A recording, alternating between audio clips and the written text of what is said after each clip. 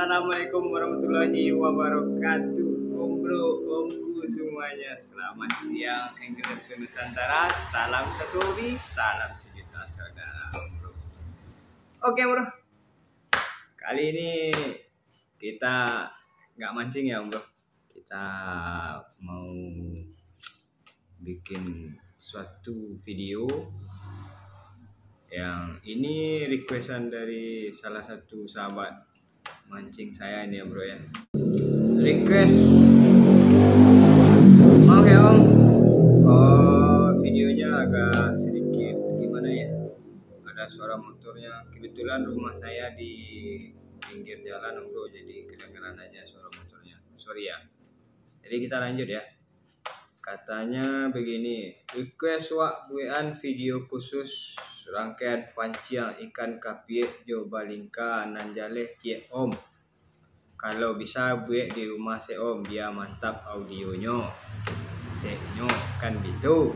Kalau bahasa Indonesianya begini om, request saya om video khusus rangkaian panciang ikan kapie sama ikan balingka. Kalau bisa buatnya di rumah aja biar mantap audionya, katanya begitu om bro. Makanya untuk hari ini saya mau bikin video ini tips dan triknya memancing ikan balingka dan kapie danau Singkarak. Ini saya buat untuk sekedar berbagi pengalaman ya, buat om-om semuanya agar tidak salah paham dengan video ini. Semoga video ini bermanfaat juga buat kawan-kawan. Oke bro, jangan kemana-mana, saksikan video ini sampai habis agar tidak gagal paham ya om bro. Dan jangan lupa tekan like, komen, dan subscribe-nya om bro. Buat yang baru ketemu video saya, jangan lupa tekan juga tombol loncengnya biar kawan-kawan semuanya nggak ketinggalan notifikasi seputar mancing dari saya. Oke bro, siap, lanjut.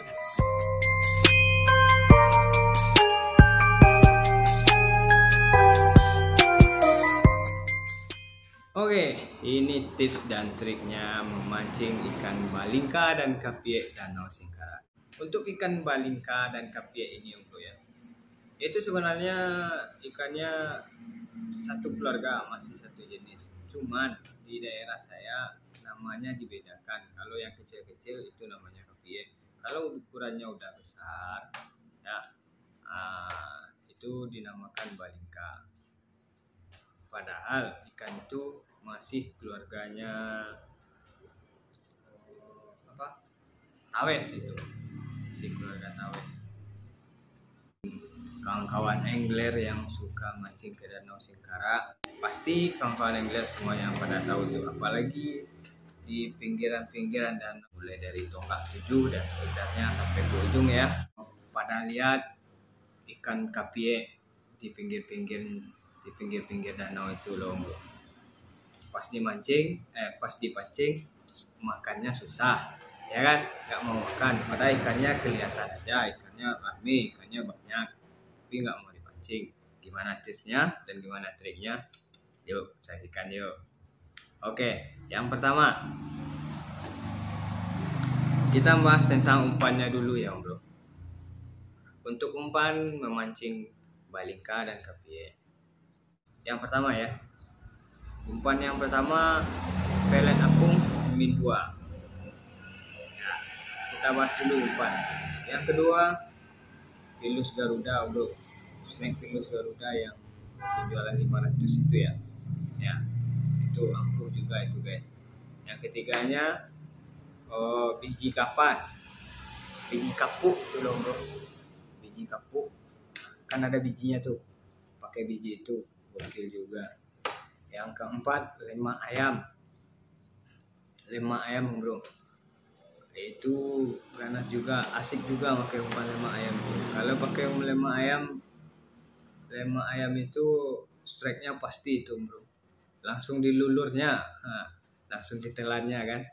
Yang kelimanya paket cium bro atau cacing cirit jawis, itu gokil itu bro, mantap juga itu. Yang ke berapa lagi? 5, 6 ya. Yang ke-6 ikan bilih hidup bro, itu mantap juga. Kalau pakai ikan bilih hidup itu yang makan pasti balingka yang babon-babon om bro, pasti, karena saya udah pernah nyoba itu om bro ya, pakai ikan bilik hidup. Lanjut yang ke-7, umpan mie om bro. Umpan mie itu mau juga itu, gokil juga. Untuk umpan mie pernah saya bikin videonya. Nah, nanti silakan om bro cek di deskripsi, nanti saya tampilkan di deskripsinya linknya ya. Lanjut yang ke-8, pelet cacing om bro, pelet cacing. Ke-9 itu lumut. Lumut itu gokil juga om bro, mantap juga. Untuk om bro ketahui semuanya, itu nggak berlaku untuk di semua spot ya om bro, di semua titik mancing itu om bro ya. Contoh, untuk sebagai contoh ini om bro ya, kalau saya biasanya mancing kan di atas keramba, di lokasi sarang unggeh, tepatnya di warung Bang Andri yang punya keramba itu dasar. Nah, di situ, kalau di situ berlakunya cuman pelet apung. Pelet apung itu paling top tier itu bro, pelet apung min 2 itu paling top tier. Yang keduanya lumut, mau itu kalau di tengah ya, lumut. Terus ikan bilik hidup itu mau itu om bro di tengah. Kalau untuk di pinggiran itu ya om bro, itu kalau kita mancing di pinggiran pakai lemak ayam, bagus, mantap juga. Pakai biji kapas bisa juga. Pakai paket C, cacing ceritnya wis tadi, bisa juga om bro. Tambah sama umpan mie bisa juga, sama pelet cacing bisa juga. Jadi kalau untuk di pinggiran banyak umpannya ya yang bisa kita pakai untuk mancing kapiek dan balingka ini ya, banyak umpannya. Namun untuk umpan paket C tadi sama pelet cacing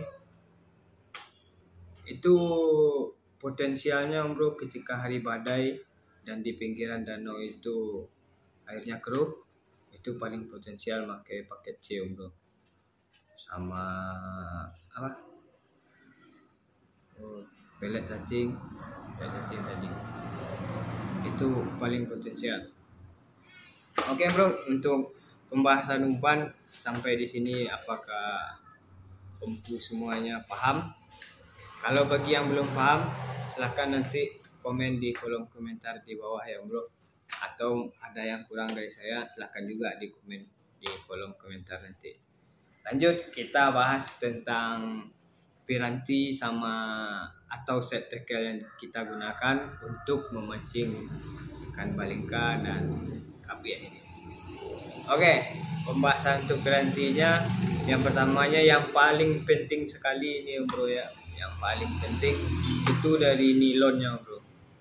Kalau bisa nilonnya berukuran dari 0,6 sampai ke 0,12, dan itu pun ada fungsinya masing-masing om bro, tergantung cuacanya, dimana kita harus pakai nilonnya ukuran 0,6 dan dimana kita harus pakai nilon ukuran 0,8 sampai 0,10, dan kapan kita bisa pakai ukuran nilon dengan ukuran 0,12 ya. Nah, timbul pertanyaan, kapan yang bisa kita gunakan? Contoh ini ya, 0,6 bisa kita gunakan untuk memancing ikan kapiek ini ketika airnya jernih om bro. Kalau air di pinggiran danau itu jernih, pakailah 0,6, pasti strike. Kalau kawan-kawan pakai 0,8 atau 0,10, apalagi 0,12 ya kan, itu sangat sulit sekali strike-nya om bro. Contohnya kawan taburkan itu kan pelet apung atau umpan apa kan yang berapung, kawan-kawan taburkan, terus kalian kawan-kawan lempar juga yang pakai mata kail, yang pakai benang tadi yang 0,8 ke atas ya, taburkan lemparkan juga. pasti yang punya benang tadi, yang pakai benang tadi nggak dimakannya, selebihannya habis itu. Karena apa? Karena airnya jernih, benangnya kelihatan, makanya dia nggak mau makan, bro. Makanya untuk 0,6 ini sangat baik sekali ketika kita memancing ikan kapie ini dengan kondisi air yang sangat jernih. Itu sangat cocok sekali itu, bro. Jadi untuk kawan-kawan angler semuanya yang hobi mancing ke Danau Singkarak, apalagi yang suka mancing ikan kapie atau penasaran dengan mancing ikan kapie, nggak usah ragu lagi itu, bro, kawan-kawanku semuanya. Tinggal kawan-kawan beli aja benang 0,6, pasti kawan-kawan, sudah saya pastikan kawan-kawan bisa dapat strike-nya ikan kapie tadi, yakin saya. Ya, lanjut. Untuk benang 0,8 dan 0,10 itu bisa kawan-kawan gunakan ketika kawan-kawan mancing kapie atau belingka ini ke tengah, baik itu di atas keramba atau itu pakai perahu ke tengah, pakai biduak dayung, ya kan, bisa kawan-kawan pakai 0,8.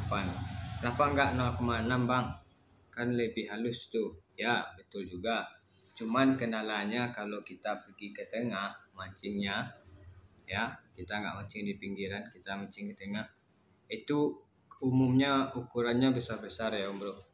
Kebanyakan ukurannya besar-besar. Apalagi kalau kita pakai 0,6 yang makannya belingka di atas 1 kilo. Nah, habis kita kan. Tamatlah kita riwayat kita kan. Nah, waktu strike dia putus. Nah, kan nggak enak juga.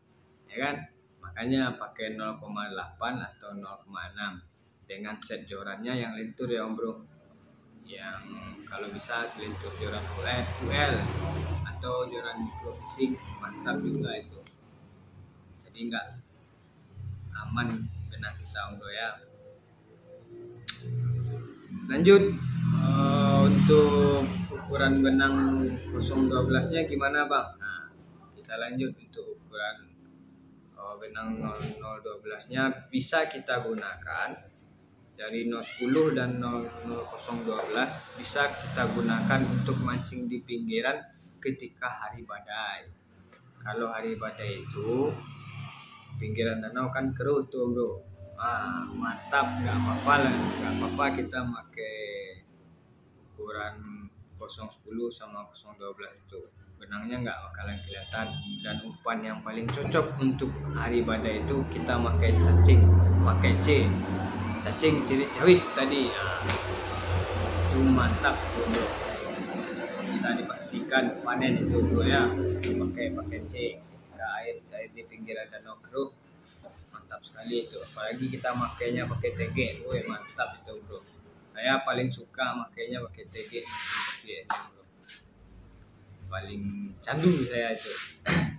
Ya kan. Lanjut untuk mata kailnya ya, bro. Untuk mata kailnya dari ukuran nomor 2 sampai nomor 4 karbon. Saya biasanya pakai yang karbon, bro. Kalau untuk benangnya saya biasa pakai benang apa itu namanya, mereknya